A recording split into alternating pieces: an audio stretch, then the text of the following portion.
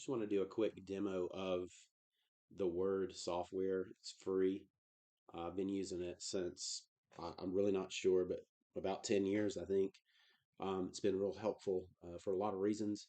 It's offline, so as long as your computer turns on, it's all locally saved on your machine. So, like I said, I think it's only on laptops, computers, things like that. No mobile.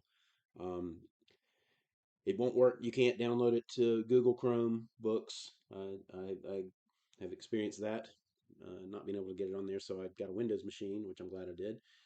And so now I have it here. It's free, and you can get it on theword.net, and it's a great software. But I wanted to basically I wanted to show like how you can use this. I'm gonna go to Hebrews 10:25. So if you have, let's say you have somebody throws a Bible verse at you, and you're like, is that really what that means? So this is one that confused me for a while because I just knew it wasn't correct how people would use it to say, you better go to church on Sunday, whatever, trying to get you to come to their church, or usually it's preachers that do it, or very religious people. And I know that is commonly this Hebrews 10:25 is commonly used by a large amount of people. So this is definitely something that maybe it has something to do with us coming together to meet, but I don't believe it has anything to do with us being required to quote unquote go to church. Anyway, so with that, I ended up going, okay, what is when you read Hebrews 10:25? I'll read it. Not forsaking the assembling of ourselves together, as the manner of some is, but exhorting one another, and so much the more as you see the day approaching. Okay, so first thing you want to look at is the keyword would be assembling here. And so with this software, you can hover over the word, or you can just click on it and go down here, and you can see it's a noun, and it's a complete gathering, so it's an event. The complete gathering of the saints is what I believe it is. And there were back then, so where it says, as the manner of some is, in other words, there are some people, this is written to the Hebrews, to the Jews, there are some people that forsake this idea of a complete gathering, which is the resurrection of the body, the gathering of the saints, which also includes, right, anybody who's alive and remains right at the time of the resurrection, like right after, would be the catching up of the people that are still alive, that are born again, that have the Holy Spirit. They're going to go up. We're going to go up. And that's also referenced as the rapture. Many people call it that. Word rapture is not in the Bible, but the word harpazo is, and that's translated in the Latin Vulgate as rapturo, and so that's why people say rapture. But I call it. I like to refer to it as the gathering. It's part of the gathering of the saints after the resurrection.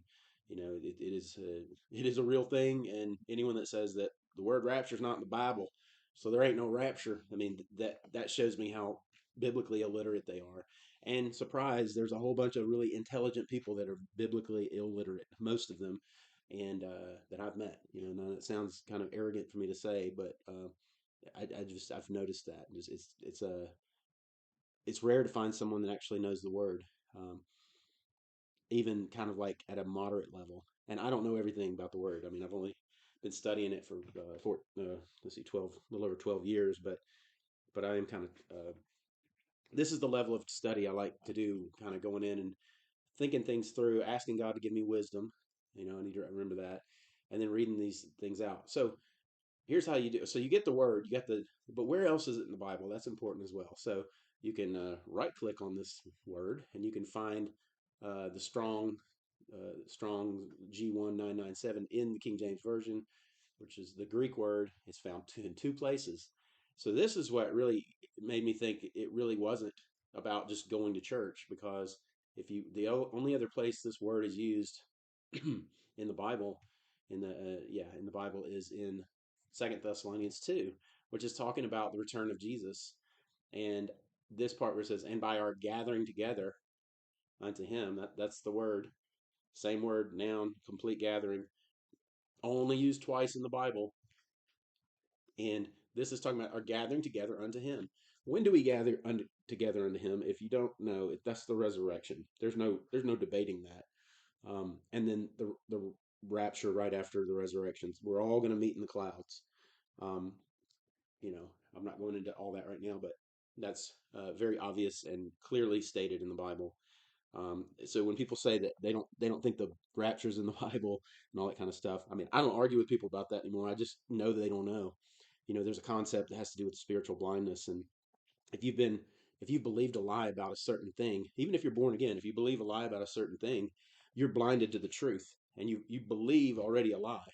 So to get over that is not easy. So spiritual blindness is very dangerous, and I think there's something to guarding your heart and everything that helps you stay away from spiritual blindness, and also not being you know